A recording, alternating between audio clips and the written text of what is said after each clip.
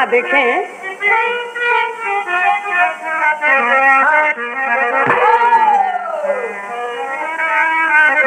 हाँ देखे बाबूजी, एक बेवकूफ आदमी जा रहा था और सामने से एक हिजड़ा ढोल लिए श्रृंगार करके चला जाता।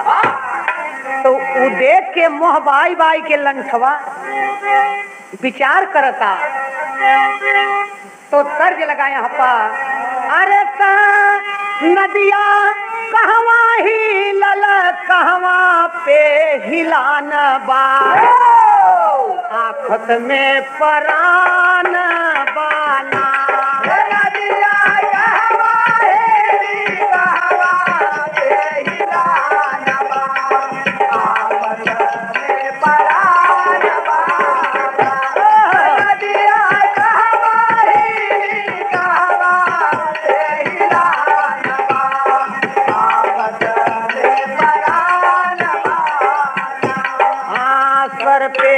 मासूरी का बोझा करके मासूरी का बोझा तुझे रहिया नहीं सूझा, करके मासूरी का बोझा तुझे रहिया नहीं सूझा। तुझे उमर का अब न दान बा, आफत में परान बाना।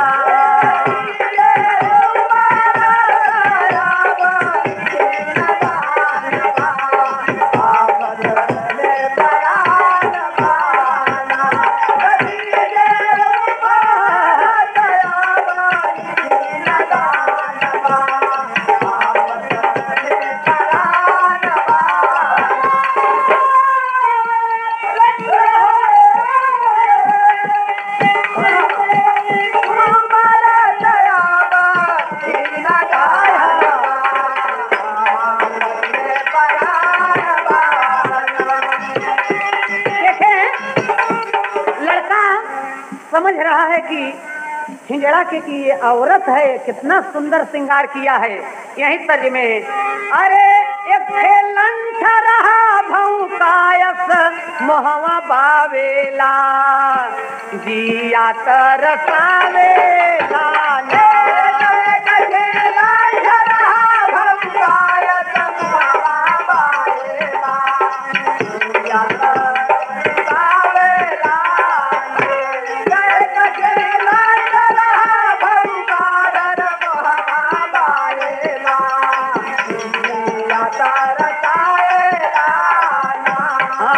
गटे हिजड़ा कई के फैशन चला जाता ऐसन वैसन, एक गटे हिजड़ा कई के फैशन चला जाता ऐसन वैसन, एक गटे हिजड़ा कई के फैशन चला जाता ऐसन वैसन।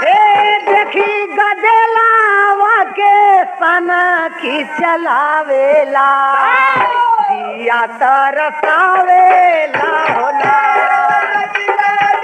कनकी मारत लड़का व्याकुल भाई दुल्हनिया काहे बोलावता।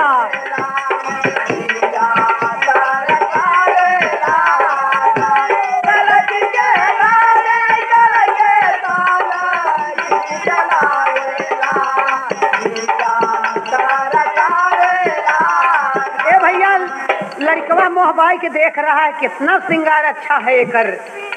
चूड़ी चमके चमकौआ गाढ़े ओठे पे रंगौआ, चूड़ी चमके चमकौआ गाढ़ा ओठे पर लाली।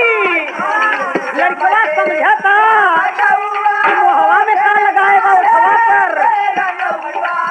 जाना जाना जाना जामुनी करा सावा लगावेला, या तरसावेला होला।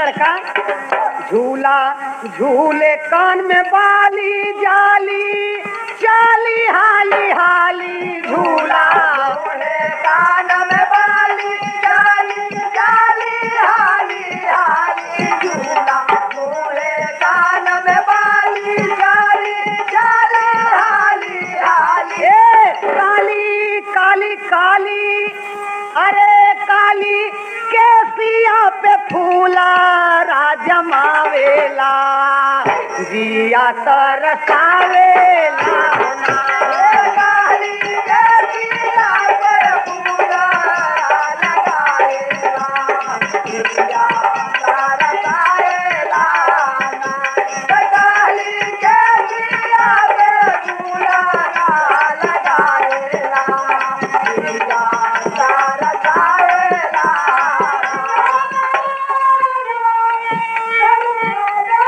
जिया मास्टर पे फूला लगाएगा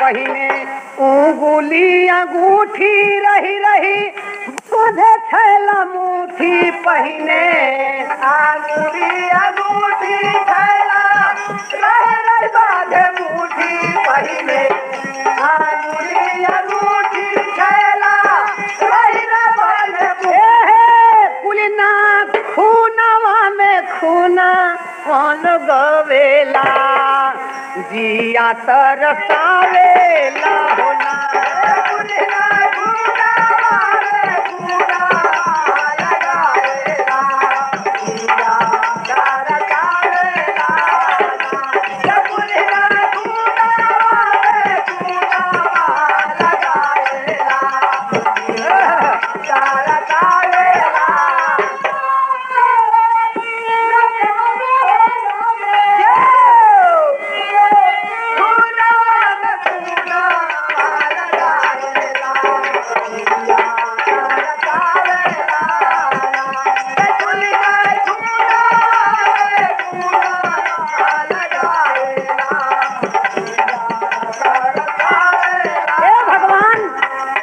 सीढ़ी देखे संडिल पहिने सीढ़ीदार आजकल का संडिल आप लोग देखे हुए हैं पीछे जैसे मुर्गा का बकुला का टोट संडिल पहिने सीढ़ीदार साजे केसिया में तार संडिल पहिने सीढ़ीदार साजे केसिया में तार संडिल पहिने सीढ़ीदार केसिया में तार पायल घुघुरा लगा रही रही बजावेला जिया तरसावेला होना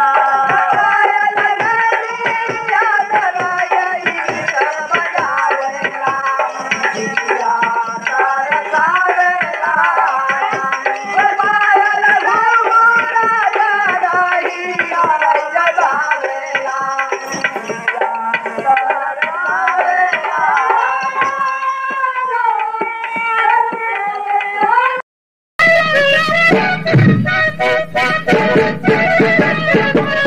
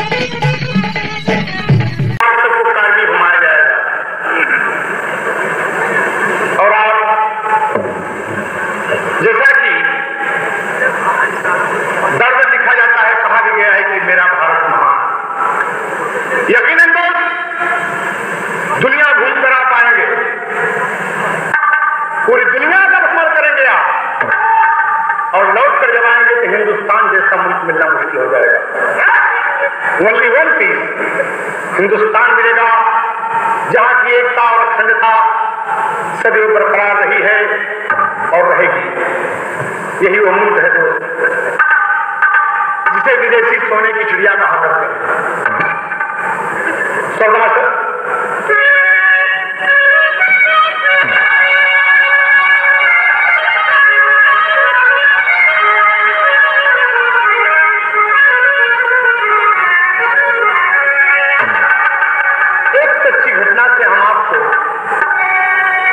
मिलाने चल रहे हैं बाबूजी। कहावत प्रसिद्ध है पूर्वांचल में कि हैदर अली का गाना प्रधानमंत्री का गाना बराबर हो। बड़ी गाड़ी मोटर लगे तभी भीड़ को इकट्ठा हो। आप सब कितना महान है दोस्त। गवैया बेहतर नहीं होते, सुनने वाले ही बेहतर होते हैं। कितना लगाव, कितना प्रेम है लोकगीत से। तमाम लोग यहाँ हैं। चलो मन लगा के आप आधा घंटा पौन घंटा बैठे रहेंगे। इसके बाद फिर और कोई कार्यक्रम पेश होगा, आप सुनेंगे।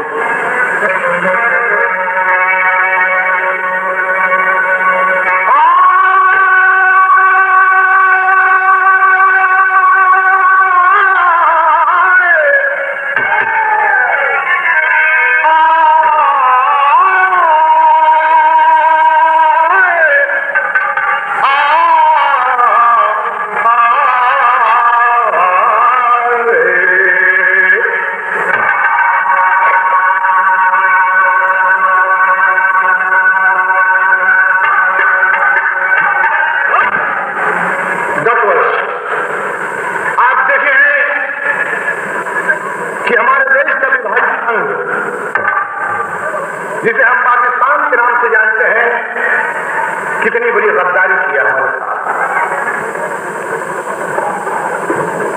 चुल्लू भर पानी में डूब मरना चाहिए, वो डूब मरना चाहिए। इसीलिए कि हमारे देश की खुफिया एजेंसी नाकामयाब रही। घुसपैठ लिए, चोटी पर बैंकर बना दिए, बैठ गए और हम आराम से सुखी नींद सो रहे हैं। हमारे सिपाही मारे जा रहे हैं।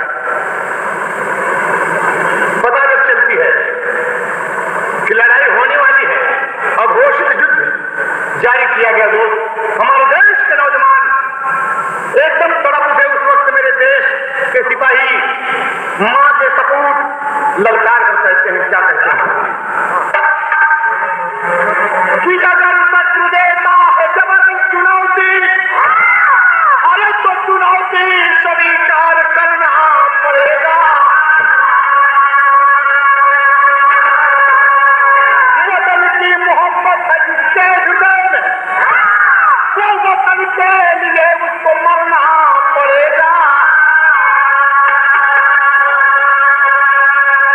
हर रोज सीमा पे देता जो धमकी, पड़ोसी की ऐसी जरूरत नहीं है।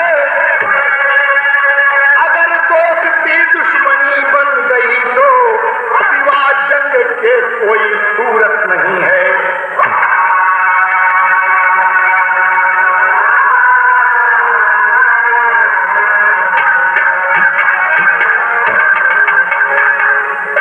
ध्यान दे दोस्त, अगर दोस्ती दुश्मनी बन गई तो सिवा जंग के कोई सूरत नहीं है। पहली बात तो दोस्ती में अगर दुश्मनी हो तो पुनः दोस्ती नहीं करनी चाहिए, सुन लीजिए आप। लेकिन हमारे देश के प्रधानमंत्री माननीय अटल बिहारी वाजपेयी जी, जिनकी काम चलाऊ सरकार रही बाबूजी, बस पर चढ़कर लाहौर यात्रा करते हैं, एकता का पैगाम लेकर गए हैं कि पाकिस्तान हमारा छोटा भाई है, हम सब मिलजुल कर रहे हैं, हमारा देश तरक्की करे, दुनिया तारीफ करे कि दोनों भाई मिलकर रहते हैं। लेकिन जब युद्ध की बात आई तो हमारे देश के नौजवान क्या कहते हैं बाबूजी? आज है अगर तेरी मोहब्बत का सहारा मिल गया हो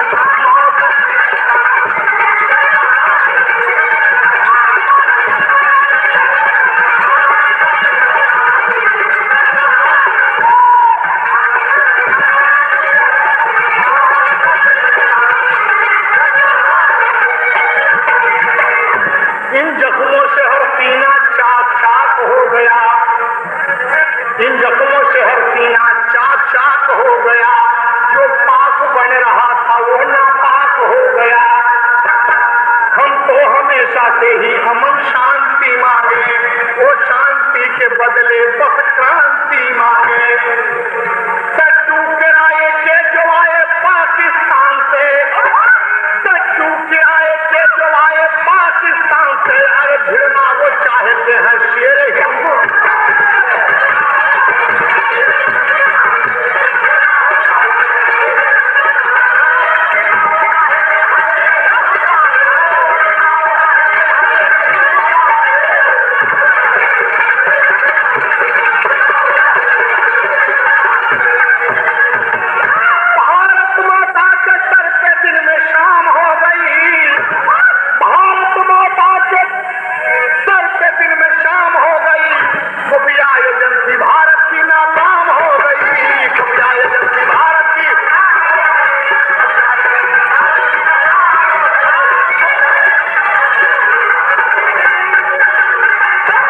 खुफिया एजेंसी भारत की नाकाम हो गई। हिंदुस्तान की एक तरफ जनता हमारी बात सुनेगी, एकदम सुने।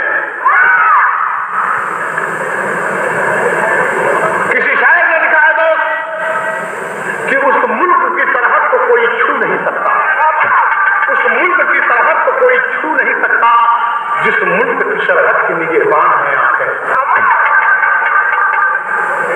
हम पहरेदारी नहीं कर सकते, क्यों? हमारी जमीन पर हम पर ही गोली चलाते हैं।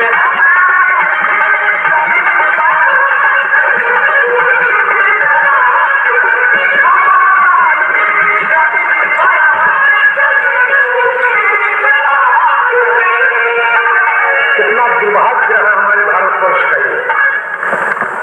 1999 दुर्भाग्यपूर्ण रहा दो कि हमारी जमीन पर दुश्मन और हम पर भी गोली चलाए। शर्मसार होना चाहिए हमें कि हम कितने सोए हुए थे। अपनी जमीन के लिए अपने आदमी मार दिए गए, दुश्मन मारे गए, बदले में किसी को आजादी नहीं मिली, किसी को जमीन नहीं मिली, किसी को जायदाद नहीं मिली। कहना है भाई, हमारी जमीन पर हम पर ही गोली चलाते हैं, मगर अब हम न बख्शेंगे, भयंकर जंग मचाएंगे। मगर भारत को याद रहा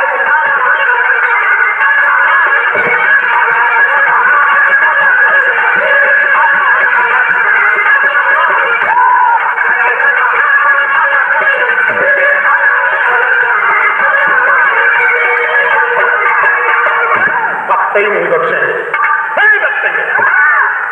एक कहानी छोटी सी भरी आप ध्यान दें। किसी के पीछे कोई बात याद आती है दोस्त। एक कहानी कहाँ की है? हैदर अली से सच्चाई मिली 2 साल से, हल्का भल्का बात नहीं मिली, और कोई ऐसी बात भी नहीं मिलेगी जिससे आपको शर्मिंदगी महसूस हो। कहना है बाबू जी कि जिला चंपारण भटिया पर सौनी में ईश्वर चंद्र पांडे का मकान,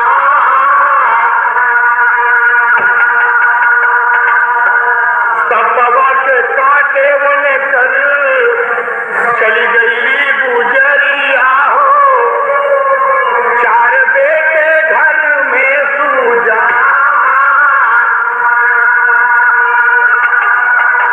गीता अनीता दूध रही थी बहिनिया हो, गुनहु के बड़ा सम्मान। भाई अरविंद छोटा पढ़ लिख के हो ही गईले, भारत की सेना के जवान। बिहार प्रांत जिला चंपारण गांव में थाना रंगढ़वा के अंतर्गत भटिया पर सोनी एक गांव आता है बाबू जी, जहाँ ईश्वर चंद्र पांडे का मकान है। 2 बरस पहले सांप काटा उनकी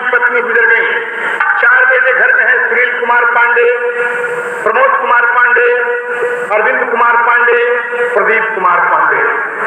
4 बेटे हैं, गीता अनीता 2 बिटियां हैं। गीता की शादी हो गई है, अनीता शादी योग्य है।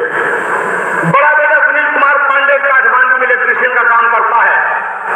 छोटा बेटा पढ़ रहा है, तीसरे नंबर का बेटा मानसिक संतुलन से कुछ गड़बड़ है।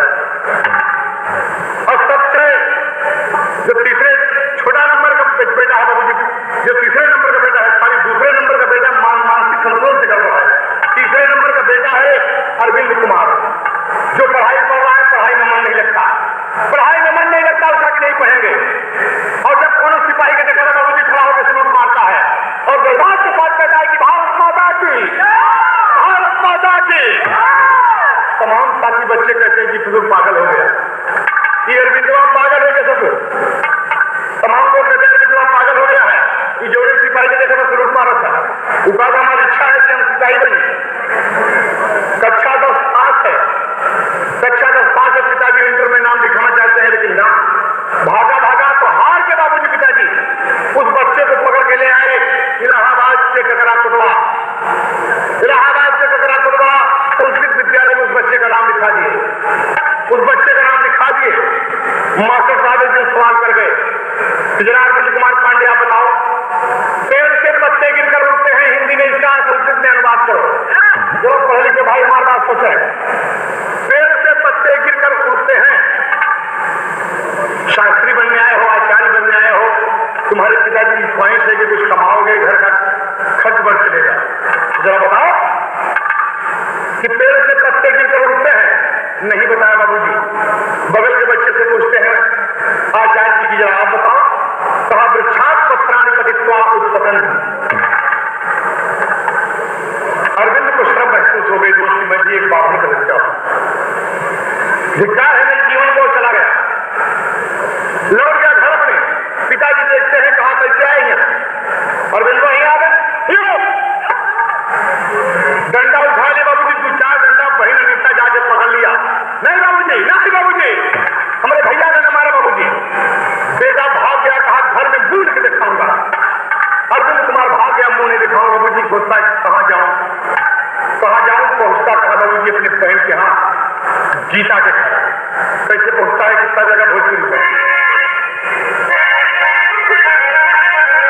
अरे पापा ही कलश के अपने, पापा ही कलश के अपने, दिखा दे उहरावा बबुआ वही।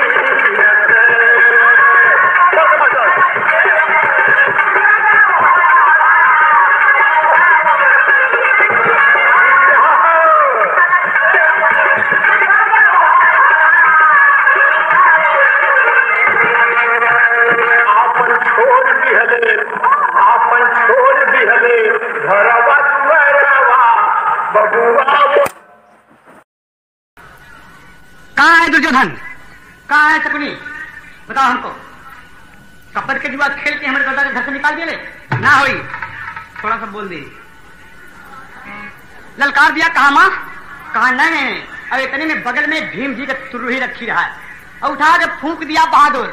जब फूंक दिया तो दुर्योधन के कान में जब शब्द पहुंचे कि अरे आवाज पहुंचती है कि भीमसेन के सिवाय तुरही को बजाने वाला कोई नहीं है, कौन माई का लाल है जो बजा दिया विजय का डंका। घबरा गए सब।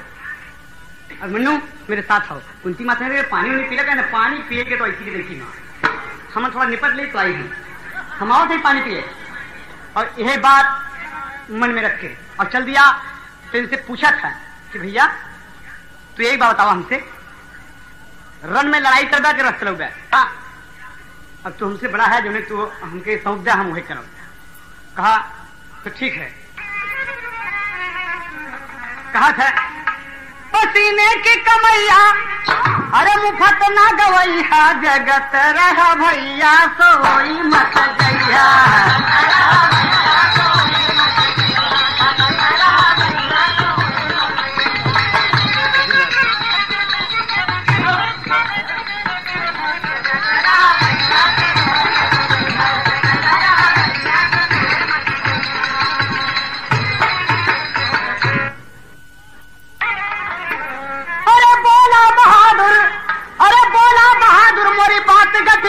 लड़ाई हम करबे तुरंत तुरतिया चलैया लड़ाई हम करबे तुरतिया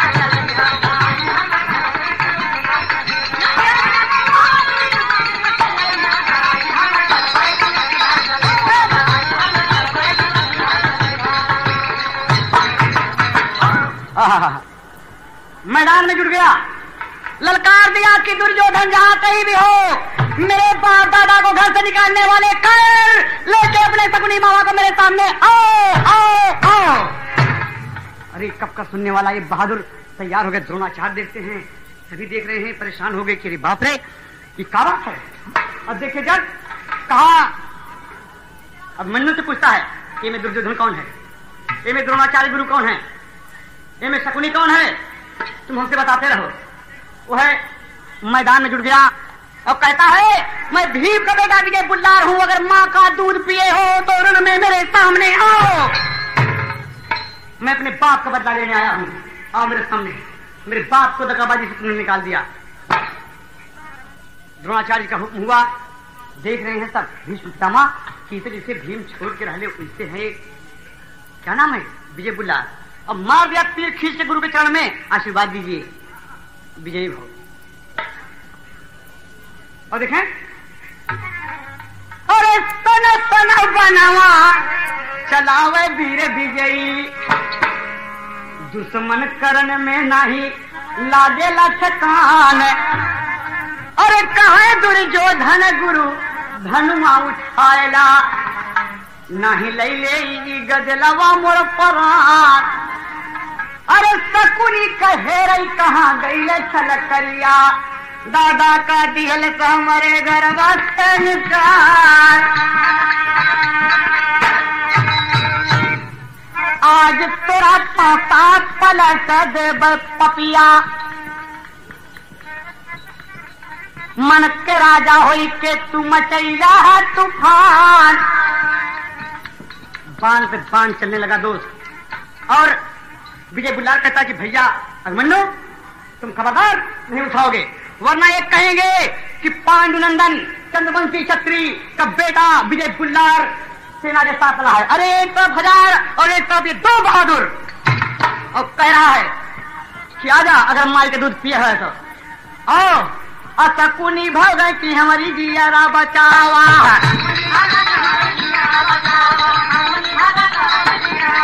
अरे शकुनी भागेला मोरा जियारा बचावा। अरे कहा ना कि विजयी ले ले भाई परान हो, कहा लगा विजयी ले ले भाई परान हो। अरे जतनी फौजिया रहला मोरी बबुआ सबके कर दिया ले सब विजयी है।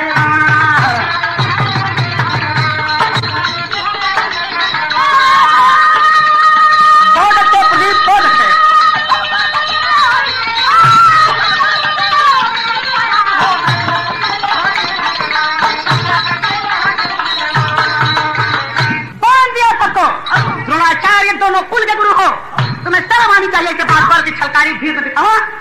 तुम्हारे ऐसे महापुरुष के रहते हुए मेरे बाप दादा घर से निकल गए, धिक्का है आपकी जिंदगी को। बांध दिया सबको, कहा भाई अभिमन्यु बताओ बताओ इस वक्त मेरे दादा कहाँ होंगे। भाई मुझे तो कोई पता नहीं है। उनकी माँ आके कहती हैं कि बेटे बेटे ये सब तुम्हारे पूज्य हैं, इन्हें छोड़ दो, इन्हें छोड़ दो मुन्ना। कहा ना माँ ना, कत्ते नहीं बंधे रहेंगे, सब ये सब बंधे रहेंगे जब तक मैं अपने बाप को यहाँ नहीं लाऊंगा और उनका हक उनको नहीं दिलाऊंगा। ना माँ मैं चैन से रहूंगा न रहने दूंगा। और चल दिए दोनों बीच। आयल परदेसिया बम्बईया से सज के अरे मोरी सांवर गोरिया, अरे मोरी सांवर गोरिया लावा दे झुलनिया पहिना, अरे हो मोरी सांवर गोरिया।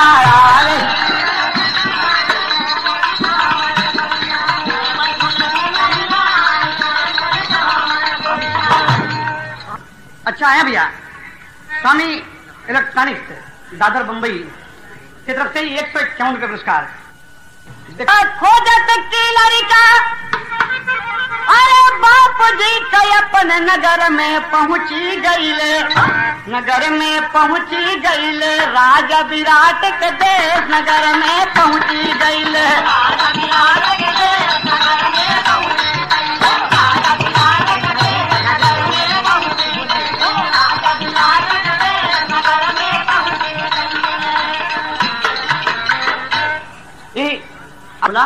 फिर रथ चला चला थक गए भैया, थोड़ा आराम कर लिया। अरे आगे नगर में चल के बाबू को पता लगा बैठे हैं। हाँ ठीक है, लेकिन देखें दोस्त, उसी वक्त राजा विराट के हाथ से जंग छिड़ी हुई है, कोई उनकी गाय लेके जा रहा है, लड़ाई को ललकार रहे हैं, लेकिन उनके बेटा उत्तर राजा विराट तमाम से परास्त हो गए हैं।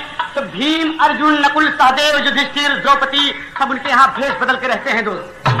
और भीमसेन जब ये बात सुना कि मेरे रहते जिस राजा का मैं नमक खाता हूँ, राजा के ऊपर कोई राजा हमला करके उसकी संपत्ति छीन ले, धिक्कार है, अपना सामान भीम उतार लाओ समुद्र के ऊपर से और लड़ाई करो। आदेश जब हुआ दोस्त, अभी लड़का जाकर कहाँ बैठा है, वही समी वृक्ष के नीचे, समी वृक्ष के नीचे बैठा हुआ है, जहां पर एक मुर्दा बांधकर मुर्दा बांधकर अपना सामान ऊपर रख दिए हैं सब छिपके, उसी पेड़ के नीचे आराम कर रहा है। अब मन्नू से कहता है कि भाई कहा का कहन, अरे लगल बा हमारे प्यास, विराट भावना, अरे लगल बा हमारे प्यास, पिया जा बिरना पानी लगली पिया।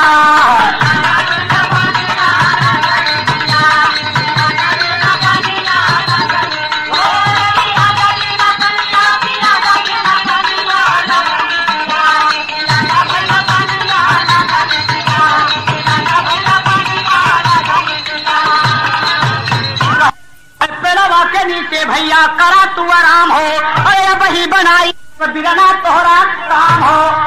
कहा बैठो भाई यहीं पर, मैं आता हूँ। अरे रतिया जो ताके देखा चली भाषा है लनिया लगली पियास।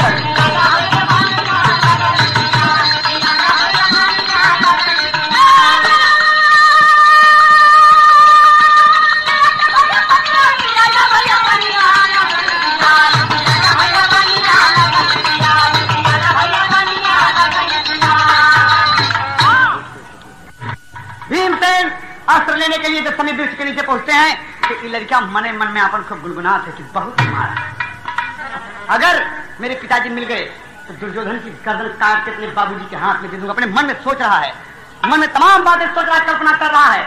और इतने में भीमसेन पहुंच गए। भीमसेन पहुंचे, दूर से देखते हैं तो वो नहीं कि नाही उनके मिलन बासुरा पिया।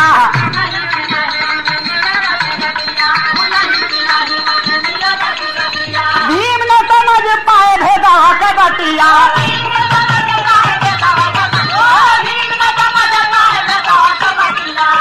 तो कहते हैं कि लड़के पेड़ छोड़ के आओ जरा, हटो। कहा क्या बात है, कहां से आए हो?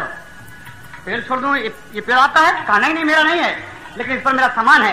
अरे पेड़ावा के ऊपर धारा ले सामानिया लगली पिया, पिया डाले का पनिया।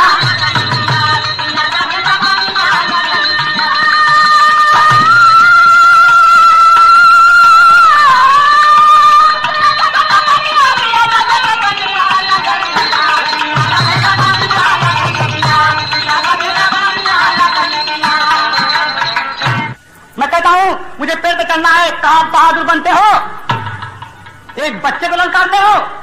लड़का खड़ा हो गया, कहा ये सामान तुम्हारा है? क्या तुम्हारा है? सामान तुम्हारा है। कहा तुम जानते नहीं हो मुझे। कहा मैं अच्छी तरीके से जानता हूं, तुम चोर हो। कहा दादी माँ के चरणों की सौगंध है, अपने बाप की सौगंध है, अगर आज तुम उससे बच गया तो मैं अपने बाप तक जाया नहीं। और इतने में भूमन्यु का तो ये भैया पानी लेके आ गए। जैसे देखे वह भीमसेन जी गदा उठाए, धोखे की भैली मार, अरे गदा खींच के मार दिया। लालन का फुटा कपार, लालन गिर गए धरा नवा हो गए ना।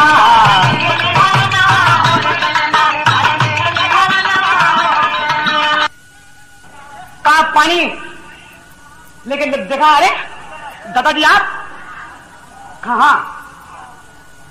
कहे दादा ये का कर डाला? कहीं ये बेवकूफ हमें पेड़ पे नहीं चढ़ने देता, मेरा सामान कहता मुझे चोर हो, मैं चोर हूं। और मन्नू तुम यहाँ गए थे? कहा दादा बहुत गजब कर डाला। कहा क्यों? बापू ने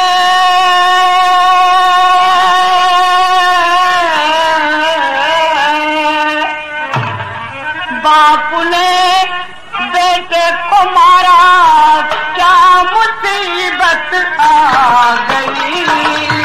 बापू ने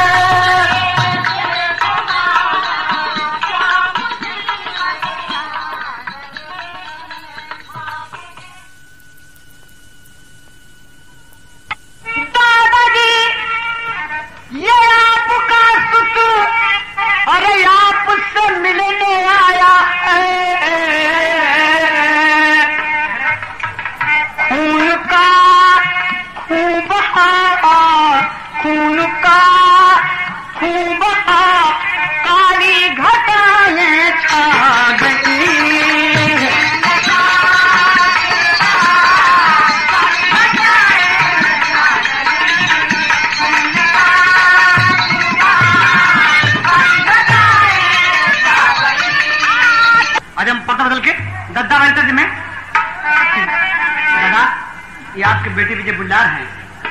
विजय बुल्लार को जरा जरा होश से चिड़ा। पिताजी, माँ जी। अरे भीम गदा फेंके आंसू मतिया बहाई के, अरे वो लागे भीम आपन लाला ना उठाए के, रोवा लागे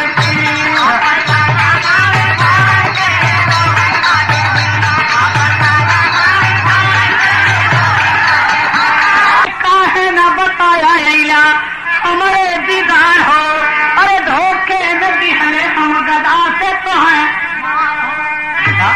तो पहले कहने बताया। कहा बाबू, अरे मर जाऊंगा लेकिन आज हो गया दीदार हो, और मरे तो किबरिया पूछा सारा ही जहार हो। पांडव भरे इकट्ठा रोवे जार बेजार हो, अर्जुन धर्म लिहले लड़का का करे प्यार हो। मुन्ना बोलो मुन्ना। दादा दादा मेरा वक्त करीब है, दादा मेरा वक्त करीब है। अरे बाहों में गर्दन लड़का झूला लटकाई के, भीम जी रोवाना लागे बेटा उठाई के, भीम जी रोवाना लागे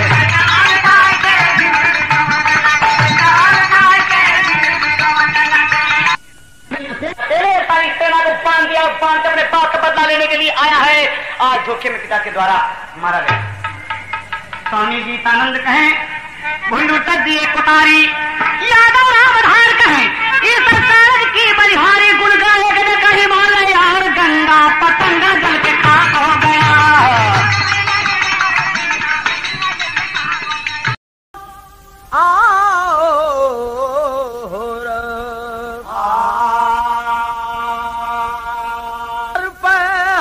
हरदम गौस समदानी का है, और जिंदगी का क्या भरोसा बुलबुला पानी का है।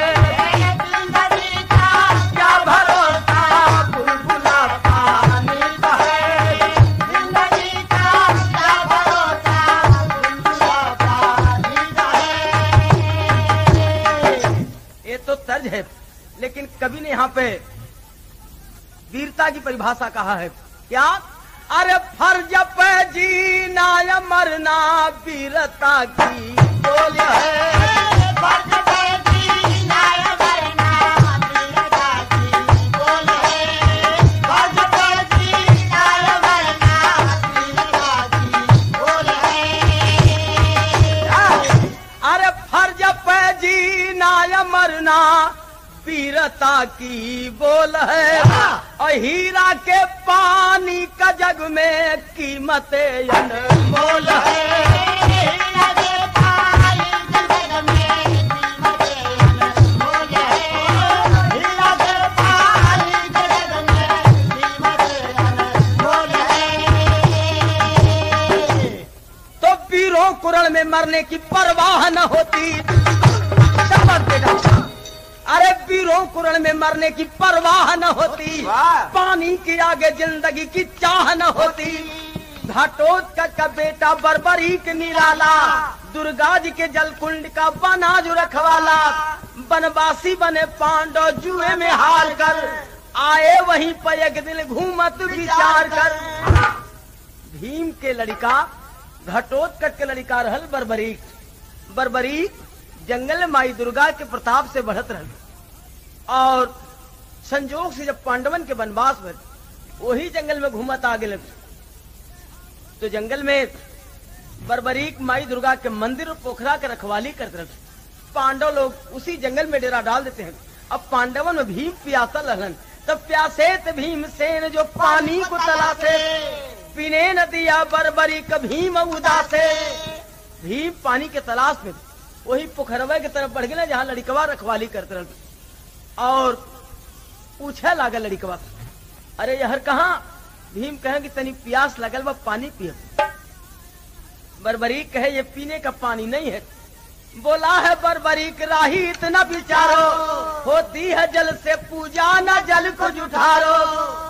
लड़कवा कहे रे माई दुर्गा के पूजा का पानी हो, ये पिए के पानी ना हो, जा कहीं कोनो दूसरे गढ़ई पोखरा के पानी पी लग। वाह! भीम कहल कि हई सुनत छटंकी भर का लड़का हमके गढ़ई के पानी पिए कहत बा।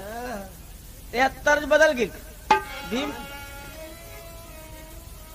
भीम कहे कि अभी हमके जानत ना हुआ, लेकिन तर्जवा है बाप कि काहे क्रिया धरावेला तू यान के तरे, काहे क्रिया धरावेला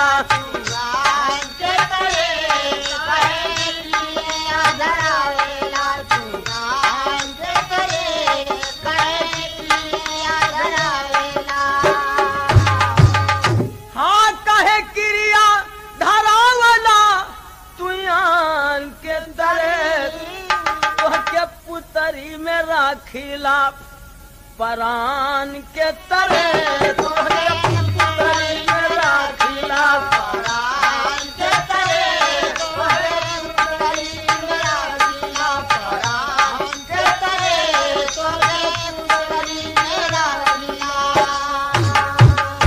वाह, तर्ज यही हो।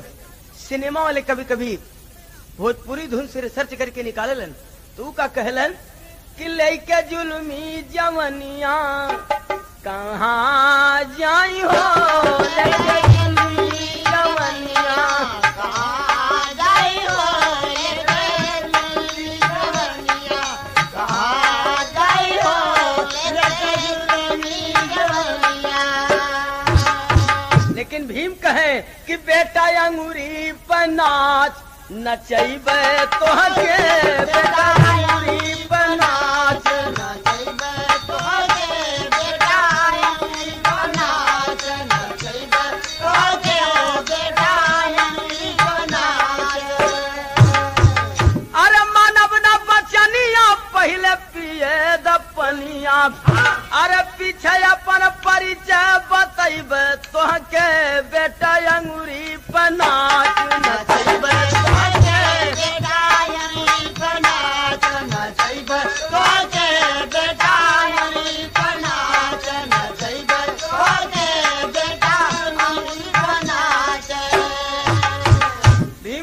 हमके जानत ना हुआ। लड़कवा कलत की जाने का जरूरत नहीं बा, एरे मोटकी शरीर में छोटकी बुद्धि ना बा। कहे का कि बोला है बर्बरीक बात मान लीजिए, निज ज्ञान धर्म बेचकर खाना नहीं अच्छा, बहता नहीं जो जल सदा स्थिर ही रहता है, उस जल में कर प्रवेश नहाना नहीं अच्छा, उपहार जूठा देना मुनासिब नहीं होता, अगर चूक जाए तीर चलाना नहीं अच्छा, वो मर्द पानीदार तो संभाल के चलो, हर मोड़ पर पानी को गंवाना नहीं अच्छा। लड़का था लेकिन बड़ी मार्के की बात कहा, लेकिन भीम के समझ में ना आयल। वो बार बार यही कहे कि भाई हमके पहचानत ना हुआ। लड़कवा कहे यह तर्जबा फिल्म दुल्हा गंगा पार के हीरो हीरोइन मिलके गावल। हीरोइन कहले कि अरे कमाल कैला राजा, कमाल कैला हो, कमाल कैला राजा, कमाल कैला हो, कमाल कैला राजा, कमाल कैला हो। हीरो कहला कि कमाल कैलू रानी, कमाल कैलू हो, कमाल कैलू रानी, कमाल कैलू हो, कमाल कैलू रानी, कमाल कैलू हो। लेकिन लड़कवा कहे भीम से कि गुमान कैला दादा, गुमान कैला हो, गुमान कैला दादा, गुमान कैला हो, गुमान कैला दादा, गुमान कैला हो।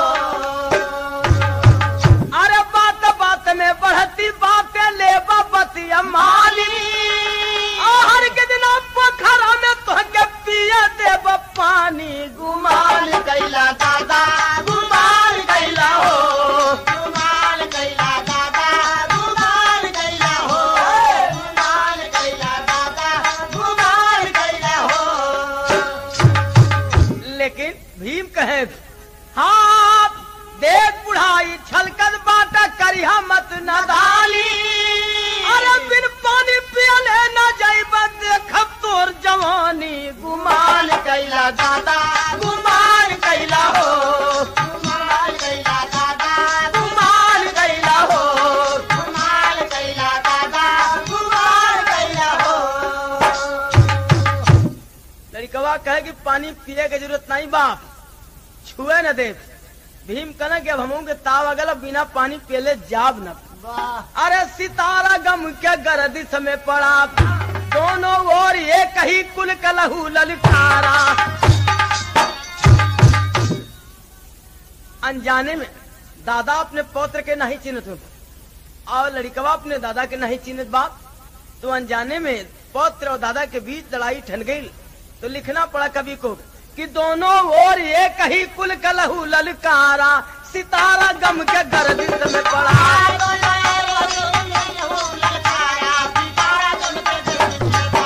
दोनों ओर एक ही कुल कलहू ललकारा, सितारा गम के गर्दिश में पड़ा। गुस्से में होकर के भीम जब उतरन लगे हैं पानी में, खैर नहीं पर बरीक बोला लागी आग जवानी में।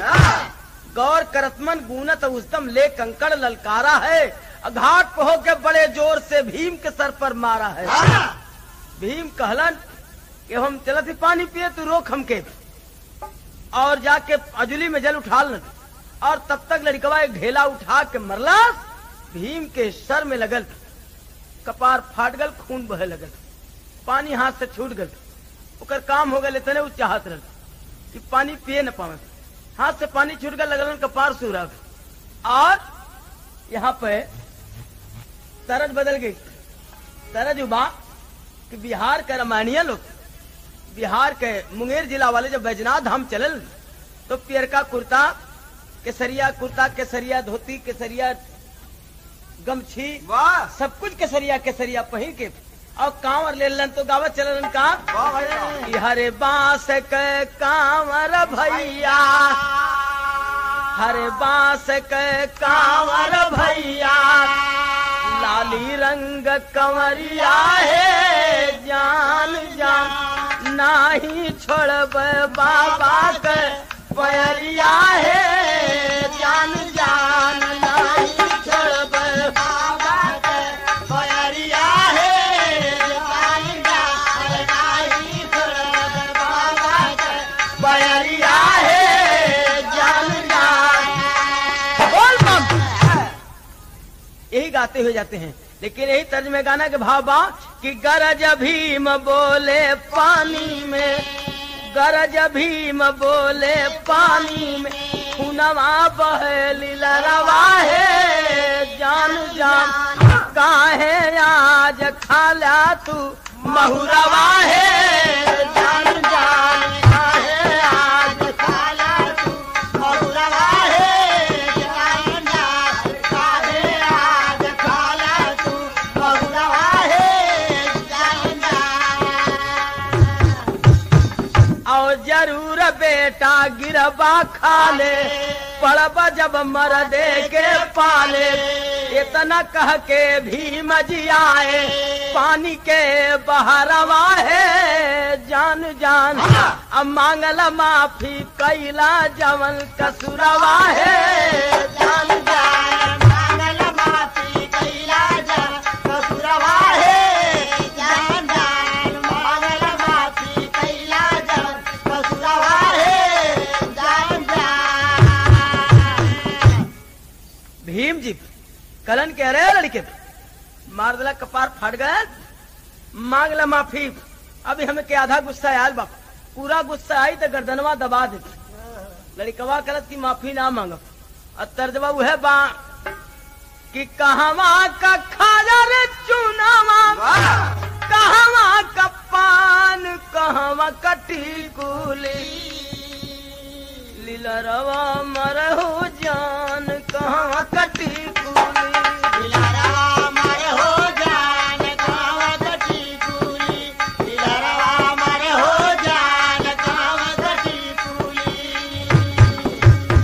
अरे बरबरी का बोला नहीं, चाहे क्षमदान, मर्द का पानिया, मर्द का पानिया, गवैब नहीं हो शान, मर्द का पानिया, गवैब नहीं हो शान, मर्द का पानिया, गवैब नहीं हो शान, मर्द का पानिया। लेके पियसिया यसिया खोज गवैब नहीं हो शान मर्द का पानिया नहीं हो तान मर्द का पानिया गवई नहीं हो तान मर्द का पानिया। लड़कवा कहे कि माफी ना मांग, जेकर गलती हुई वो माफी मांगी। भीम कहना तब आप फरियाई जग। और भीम कपड़ा उतार के लंगोट पर हो गए और लड़कवा लंगोटिए पर रहत रहे जंगल में। माई दुर्गा का पुजारी रहे, जंगल में कपड़ा कहाँ पाई, वो तो लंगोटी पर ही रहता था। और बात बढ़ गई और दोनों जब लंगोट पर भैलन है तो बड़े का सिक्का याद करेगा खोटा छोटा दंगल में। और बरबरीक कस के चल दिया लंगोटा छोटा दंगल में। बरबरीक कस के चल दिया लंगोटा छोटा दंगल में। बरबरीक कस के चल दिया लंगोटा छोटा बरबरीक कस के चल दिया लंगोटा छोटा दंगल छोटा दंगल में। बरबरीक कस के चल दिया लंगोटा छोटा दंगल में। बरबरीक कस के चल दिया लंगोटा छोटा दंगल में। छोटा मुंह पर बातें करता भीम जी ने तरेरे हो। अब बात लगोटा भीमसेन तब बरबरी को घेरे हो। अरे बरबरी की तब मारा दांव का सोटा छोटा दंगल में। अब गिरे भीम जैसे लकड़ी का बोटा छोटा दंगल में। गिरे भीम जैसे बोटा छोटा दंगल में। गिरे भीम जैसे बोटा छोटा दंगल में।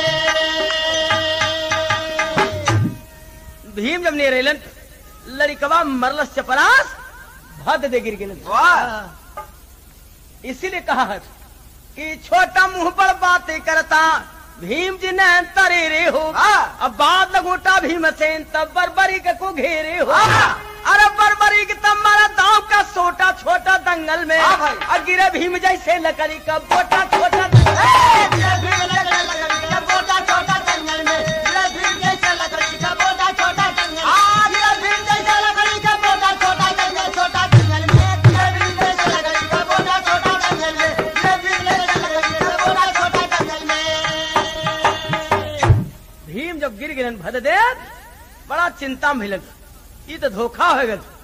अरे उठे भीम तब धूर झारी के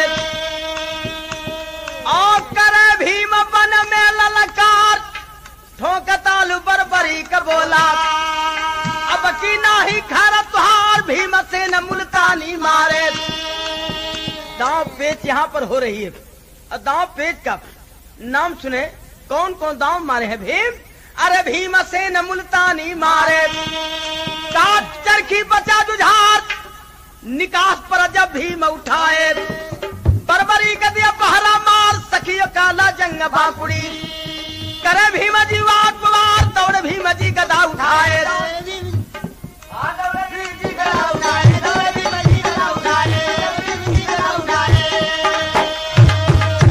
अरे उठे भीम तब धूर झारी के आओ करे भीम बन में ललकार ठोक तालु बरबरी का बोला। अब की नाही खर तुहार भीमसेन मुल्तानी मारे काट के चरखी बचा जुझार निकास पर जब भीम उठाए। बरबरी का दिया पहरा मार सखियो काला जंग बाकुड़ी करे भीम जी वार पवार ये कोई अकिल कार ना करती। बरबरी कर दिया लचार दौड़ भीम जी गदा उठाए।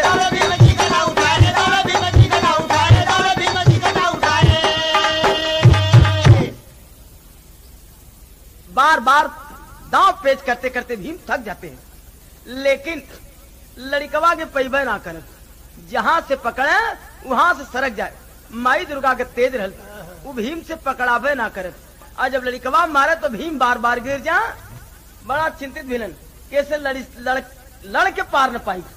लड़का हो लड़ने से पार न पाए लिया गदा मारा बेकर गदा में पचकी जाई है।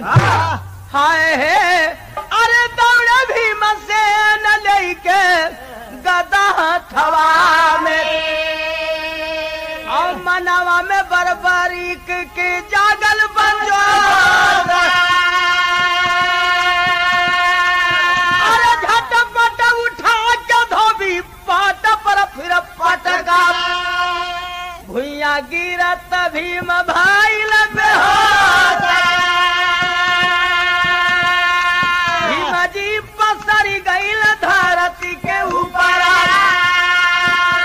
और फिर भी का घटला नहीं रोता। अरे मनवा में सोचा लागल बरबरी का अपने रही है न बैरी नाई होई फिर तोता। और बैरी के लिए चल के याद सागर में बहाई भीम को उठा के चला दिया है खामोश। भीम जी गदा लेके दौड़लन और एक हाथे गदा ले खलिवा हथवा पागल।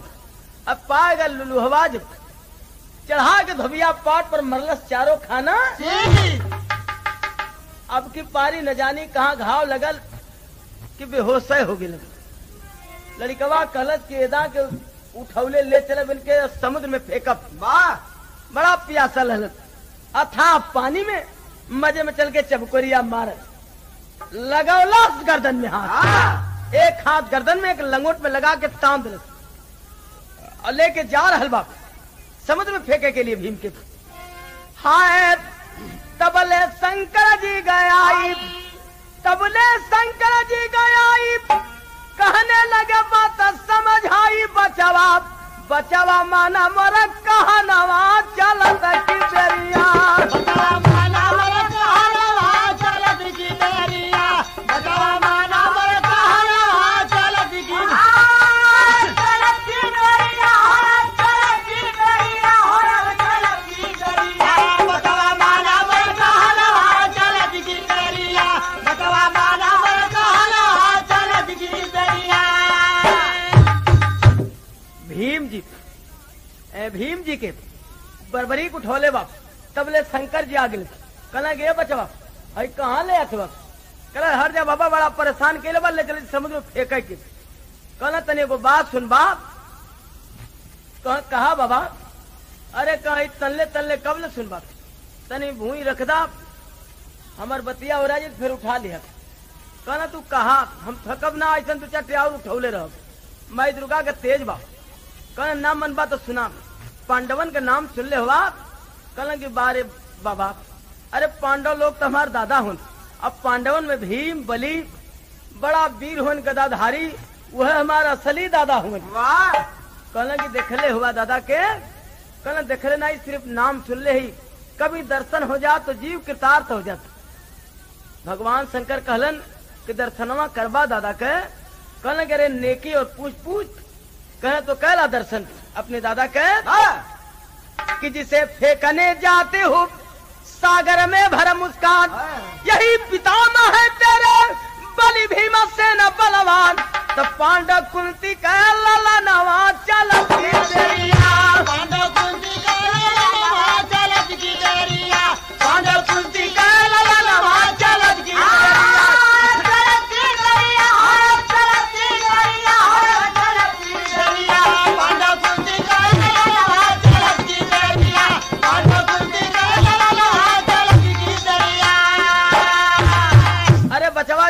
समुद्र में फेंका जाता हुआ ना यह भीम हुआ तनी कहला दर्शनवा हाथ ढीला पड़ गल और पैर पकड़ के भीम से इनके बालक कर बिलाप कहीं सामना मिली है हमके कैली भारी पाप। तो बतिया बेध जैसे बनवा चलत की बेरिया। बतिया बेध जैसे बनवा चलत की बेरिया। बतिया बेध जैसे बनवा चलत की बेरिया।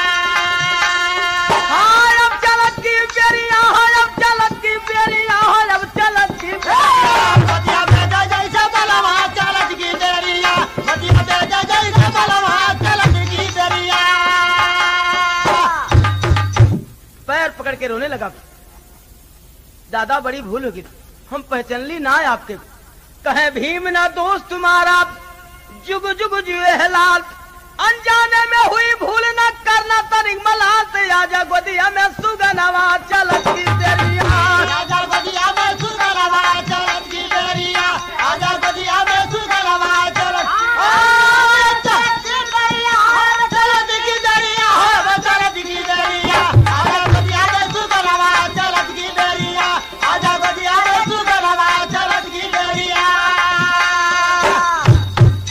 प्यार से भी अपने बच्चे को उठा लेते हैं और गुरु बिहारी गुरु गणेश गुरु रामलाल मोरपा का स्वर्ग चंद्रिका कवि बच्चन का विजय पताका सितारा गम के गर्दिश में पड़ा राम तो कवि रामा के सारद का सहारा सितारा गम के गर्दिश में पड़ा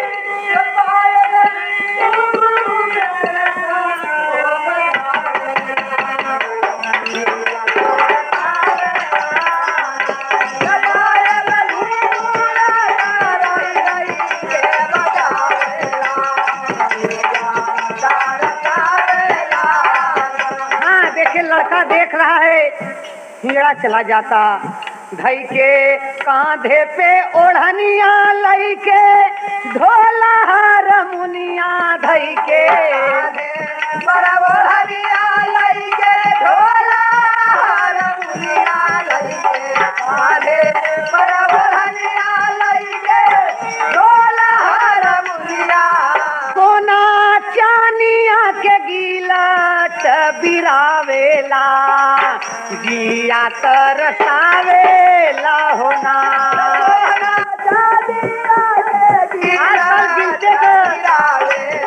सामान बना भाई गहना गुड़िया फेल कर दिया है सोना चांदी को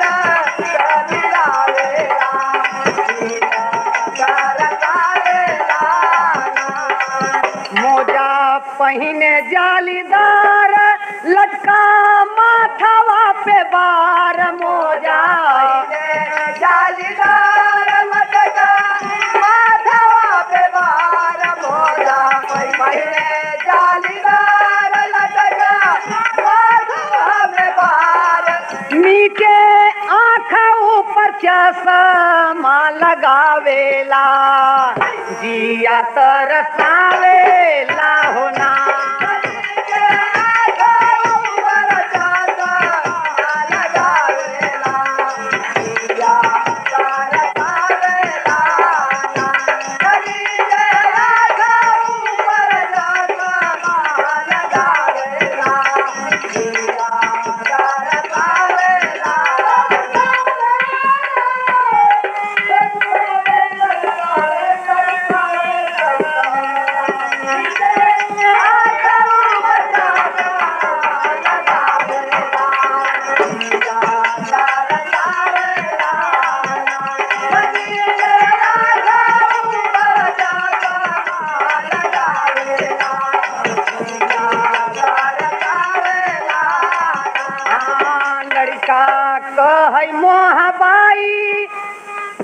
लड़का कह मोहबाई सुनत रही भाऊजाई लड़का कह मोहबाई सुनत रही भाऊजाई लड़का कह मोहबाई सुनत रही भाऊजाई हाँ दुखी राम कह फोटो खींचवावेला जिया तरसावेला